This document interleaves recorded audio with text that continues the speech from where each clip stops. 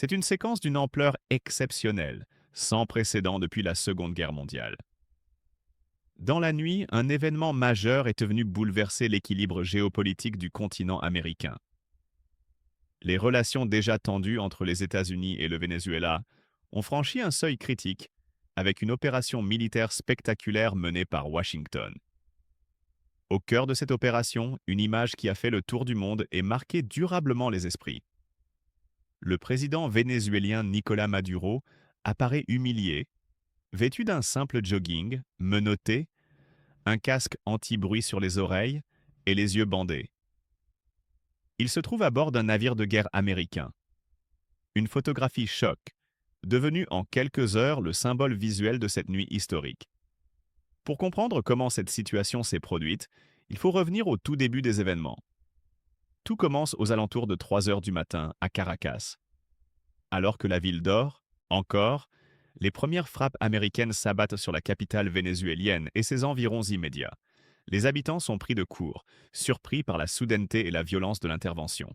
Les frappes ciblent en priorité des infrastructures militaires situées autour de la capitale. Parmi les images diffusées ultérieurement, tournées de jour, on distingue clairement un véhicule militaire détruit.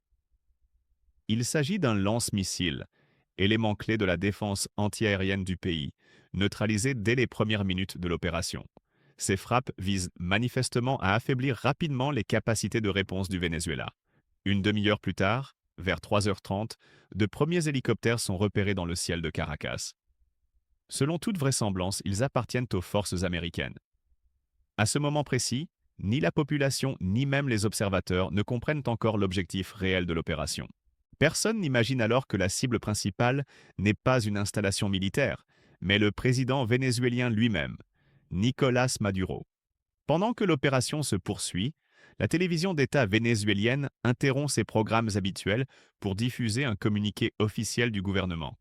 Les autorités condamnent fermement ce qu'elles qualifient d'agression et alertent sur ses conséquences potentielles. Le message est clair. Selon le pouvoir en place, cette intervention constitue une menace directe pour la paix et la stabilité internationale. À 4h15, les frappes américaines cessent. Le silence retombe progressivement sur la capitale. Peu à peu, les premiers habitants sortent dans les rues, encore sous le choc, pour constater l'ampleur des dégâts. Caracas apparaît alors comme une ville fantôme, figée, marquée par les traces visibles des bombardements de la nuit. À cet instant, une information essentielle reste encore inconnue du grand public. Le président Nicolás Maduro a disparu. Personne ne sait encore que, dans le même temps, il a été capturé puis exfiltré par les forces américaines. Ce n'est que plus tard que la confirmation tombe. Le chef de l'État vénézuélien a été emmené hors du pays, mettant brutalement fin à des heures de confusion et ouvrant une nouvelle phase d'incertitude pour le Venezuela et pour la région tout entière. Dans la capitale vénézuélienne, le choc de l'intervention militaire est immédiatement perceptible. Des habitants témoignent avoir entendu le passage répété d'avions dans le ciel, suivi de nombreuses explosions. Selon plusieurs récits concordants, au moins une dizaine de détonations ont été perçues au cœur de la nuit, plongeant la population dans la stupeur et la peur, sans information claire sur ce qui était en train de se produire. Pendant que Caracas est secouée par ces événements, la scène se déplace à plusieurs milliers de kilomètres de là, à Washington. Le président américain Donald Trump suit en direct le déroulement de l'opération, notamment la capture du président vénézuélien Nicolás Maduro et de son épouse. Les images de leur arrestation et de leur extraction sont retransmises en temps réel aux autorités américaines, soulignant le caractère hautement stratégique et symbolique de cette opération. C'est à bord d'un hélicoptère militaire que Nicolás Maduro et son épouse sont ensuite transférés vers la mer. Ils sont acheminés vers un navire de guerre américain, l'USS Iwo Jima. Une fois à bord, le bâtiment met le cap vers les États-Unis. Selon les informations disponibles, le dirigeant vénézuélien doit être conduit à New York, où il est attendu pour y être jugé par la justice américaine. Au lever du jour, à 6 heures du matin, la parole est prise à Caracas par la vice-présidente du Venezuela, qui assure alors l'intérim du pouvoir. Dans une déclaration solennelle, elle exige du gouvernement américain des preuves de vie immédiates de Nicolás Maduro et de la Première Dame. Cette prise de parole vise à rassurer une population désorientée tout en adressant un message ferme aux autorités de Washington. 30 minutes plus tard, à 6h30, c'est au tour du ministre de l'Intérieur de s'exprimer. Depuis un lieu tenu secret, il affirme que l'État vénézuélien continue de fonctionner malgré la gravité des événements. Il appelle explicitement la population au calme, cherchant à éviter tout mouvement de panique ou de désordre. Son message se veut rassurant, ponctué d'un appel à l'unité nationale et à la stabilité du pays. Mais sur le terrain, la réalité s'est marquée par une profonde inquiétude. Après cette nuit qualifiée d'historique, près de 28 millions de Vénézuéliens se réveillent dans l'angoisse et l'incertitude. Les rues sont inhabituellement calmes, presque désertes. Les commerces, en revanche, sont pris d'assaut. De longues files d'attente se forment devant les magasins, où la population tente de constituer des réserves de nourriture et de produits de première nécessité, anticipant des jours difficiles. L'instabilité dépasse rapidement les frontières du Venezuela. En Colombie, les autorités placent le pays en état d'alerte et renforcent le contrôle de la frontière commune. Cette décision illustre la crainte d'un débordement régional et d'éventuelles répercussions sécuritaires liées à la situation vénézuélienne.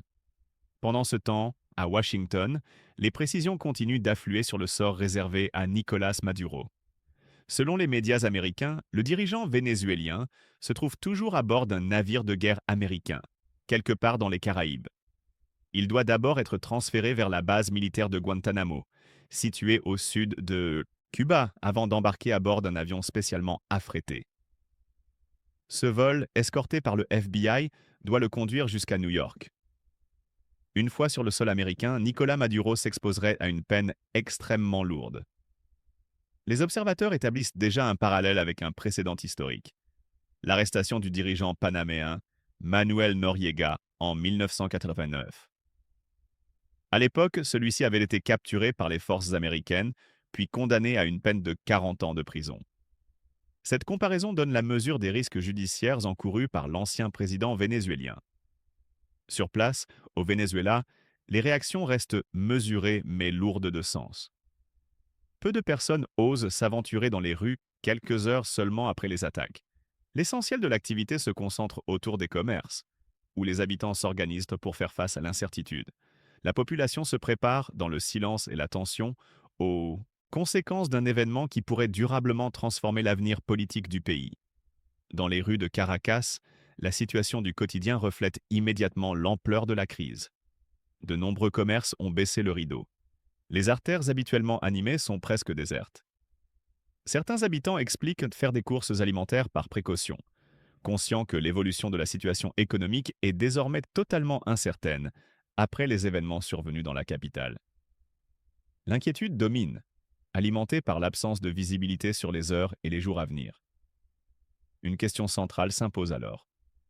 Que va-t-il se passer pour le Venezuela, désormais privé de son président? Cette interrogation trouve un premier élément de réponse quelques heures plus tard, lors d'une conférence de presse donnée en fin d'après-midi par Donald Trump. Le président américain y annonce une décision majeure. Les Sigselberg. États-Unis prendront le contrôle du pays jusqu'à ce qu'une transition jugée sûre puisse être mise en place. Cette déclaration marque un tournant historique. Aucun des journalistes présents, y compris ceux qui connaissent le mieux le style et les prises de position de Donald Trump, ne s'attendait à une conférence aussi directe et assumée sur l'avenir du Venezuela. En l'espace de quelques heures, le pays bascule sous ce qui s'apparente à une tutelle américaine déclarée. Donald Trump affirme sans détour que les États-Unis dirigeront le pays jusqu'à l'organisation d'une transition, qu'il qualifie de sécurisée et réfléchie. Selon lui, il n'est pas question de laisser émerger rapidement un nouveau dirigeant si cela devait conduire à une reproduction des crises politiques des dernières années. L'objectif affiché est d'éviter toute instabilité durable. Toujours selon le président américain, l'actuelle vice-présidente vénézuélienne se montrerait disposée à coopérer avec Washington dans cette phase transitoire. Cette perspective contraste avec les attentes de certains observateurs qui imaginaient une autre figure politique pour incarner l'avenir du pays. Mais le message de la Maison-Blanche est clair. Ce sont les États-Unis qui entendent piloter directement cette transition. Concrètement, cela signifie une implication directe du gouvernement américain dans la gestion des affaires vénézuéliennes, dans un cadre qui évoque, pour de nombreux analystes, une forme de protectorat. Une autre dimension de cette annonce retient particulièrement l'attention: la question des ressources naturelles du pays, et notamment de ses vastes réserves pétrolières. Donald Trump évoque ouvertement l'intervention des plus grandes compagnies pétrolières américaines. Selon ses déclarations, ces entreprises sont prêtes à investir des milliards de dollars afin de réparer des infrastructures pétrolières gravement endommagées et de relancer la production. L'objectif affiché est de permettre au pays de recommencer à générer des revenus à partir de ce secteur stratégique. Mais le ton du président américain se durcit encore lorsqu'il évoque les conséquences d'un éventuel refus ou d'une résistance à ce projet. Il rappelle que la première attaque militaire a été, selon lui, un succès total. Et même s'il estime qu'une seconde intervention ne sera probablement pas nécessaire, il précise que les États-Unis sont prêts à lancer une nouvelle attaque si la situation l'exige. Ces déclarations dessinent un rapport de force assumé, où la puissance militaire et économique devient l'outil central de la réorganisation politique d'un État souverain. À ce stade, ni les instances internationales ni le peuple vénézuélien ne semblent être associés aux décisions majeures concernant l'avenir du pays, selon les éléments disponibles. Sur la scène internationale, les réactions commencent toutefois à se faire entendre. En France, Emmanuel Macron s'exprime dans la soirée.